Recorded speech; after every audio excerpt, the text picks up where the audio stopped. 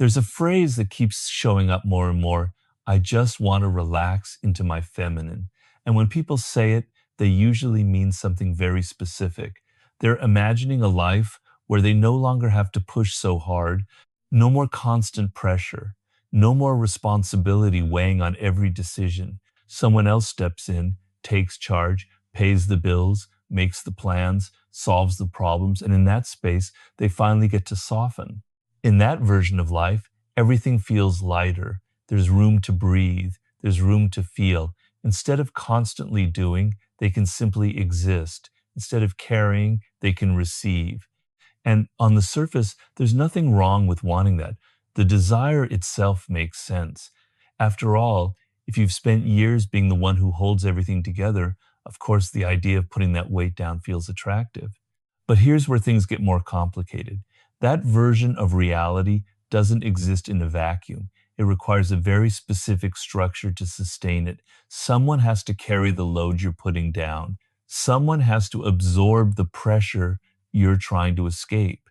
And that raises a deeper question, one that most people don't stop to ask. That question is simple, but uncomfortable. Why does it seem like femininity only becomes accessible when responsibility disappears? Why does softness appear to depend on someone else stepping in to handle everything that is difficult, stressful, and demanding? Because if that's true, then what people are really describing isn't just femininity. They're describing a very particular arrangement, one where one person carries the burden and the other is freed from it.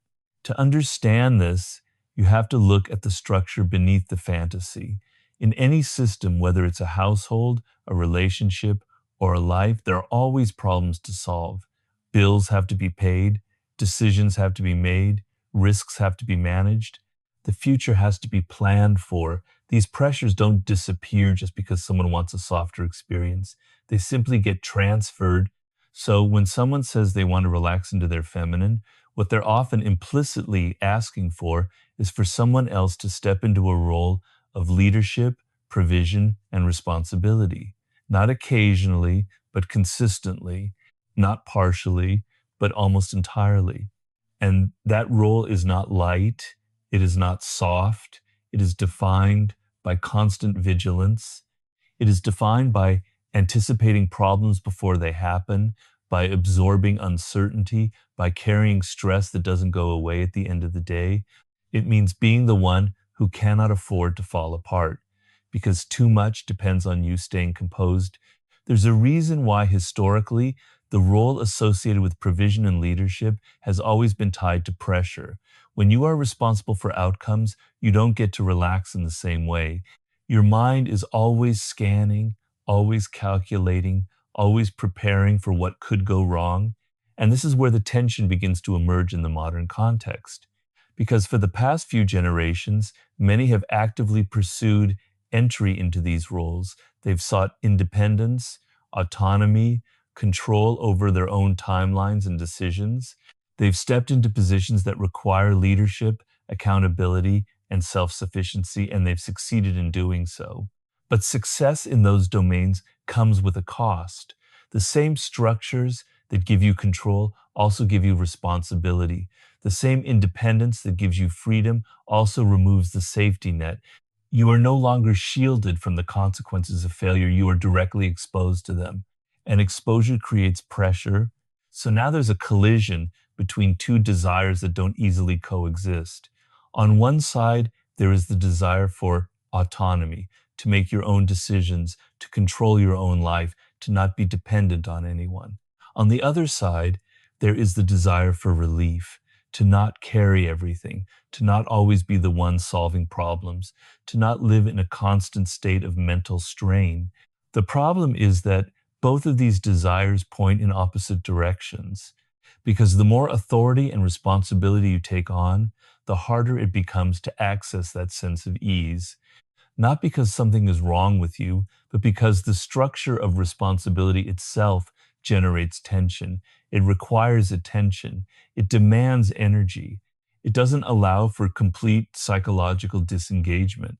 This is why the idea of the soft life is so appealing. It represents an escape from that tension, a life where the background noise of responsibility is quieted, a life where you don't have to be constantly on alert.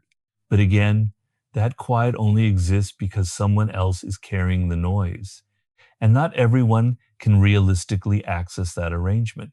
It requires a very specific set of conditions. It requires someone willing and able to take on a disproportionate share of responsibility, often at a high level of competence. And it requires being in a position where that exchange is possible. This is where expectations can become misaligned with reality. Because while the image of being fully supported, fully provided for, and fully free to relax is attractive, the number of situations where that model can be sustained long term is limited.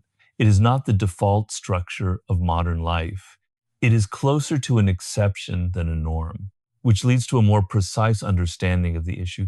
The difficulty isn't that softness is inherently inaccessible, it's that softness, in the way it's often imagined, depends on external conditions that are not always present.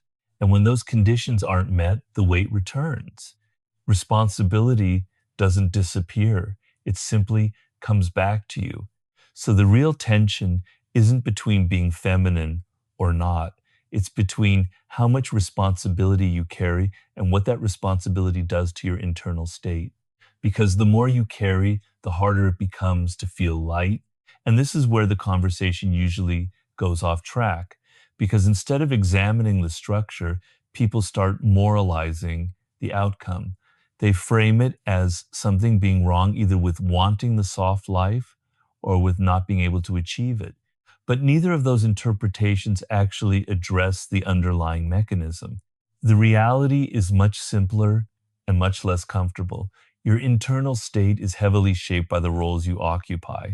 If you are the one making decisions, managing risk, solving problems, and ensuring stability, then your nervous system adapts to that role. You become more alert, more controlled, more forward focused.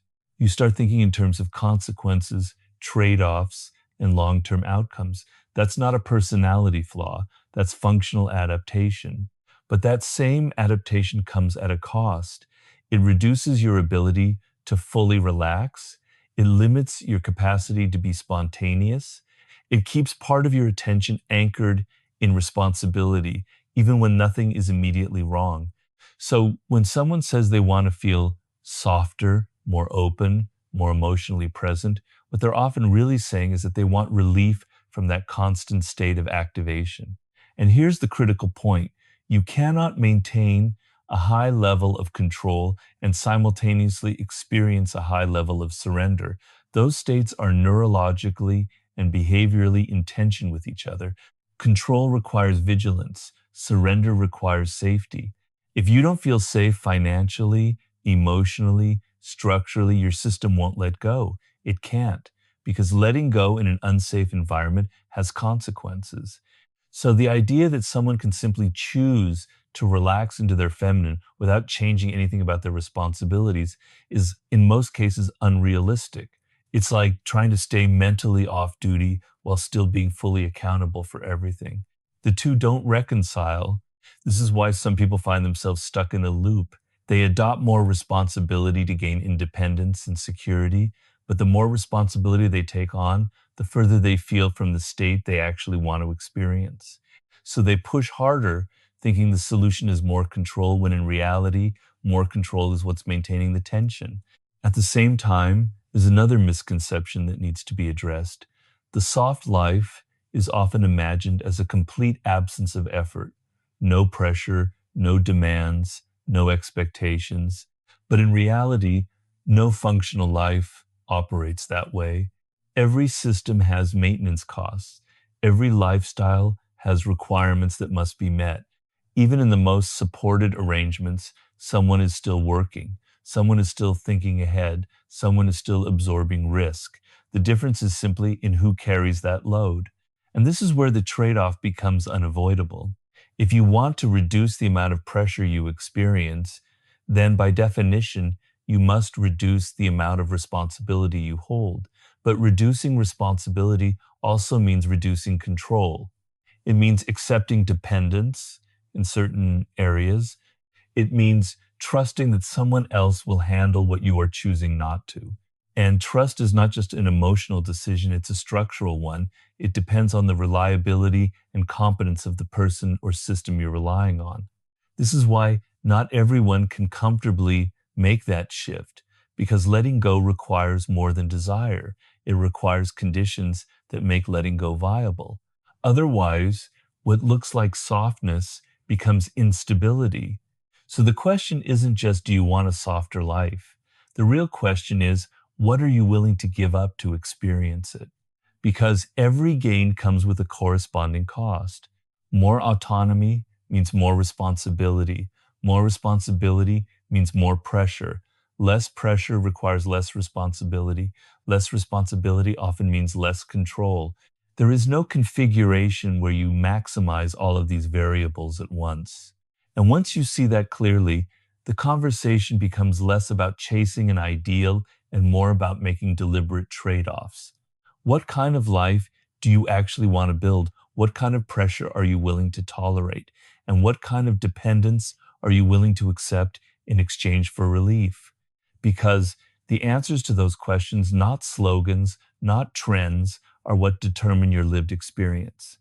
And this is why the idea of relaxing into the feminine feels so elusive to so many people. It's not that the state itself is impossible. It's that the structure required to sustain it is rarely examined honestly. So when you hear the phrase relaxing into the feminine, what you're really hearing is a desire not just for softness, but for relief from pressure, a desire to step out of constant responsibility and into a state where life feels lighter, more supported, and less demanding. And again, there's nothing inherently wrong with that desire. It's a natural response to prolonged stress. Anyone who has carried too much for too long will eventually want to put something down. But the mistake is treating that state as something you can access without changing the structure of your life. Because you don't feel soft just by deciding to be soft. You feel soft when the conditions around you allow your system to relax. And those conditions are always tied to who is carrying the responsibility. So in the end, this isn't really a conversation about femininity. It's a conversation about trade-offs, about how much control you want versus how much pressure you're willing to handle, about whether you prioritize independence or relief, and what you're willing to exchange to get it. Because once you see that clearly, the fantasy becomes grounded. And from there, you can stop chasing a feeling and start designing a life that actually makes that feeling possible.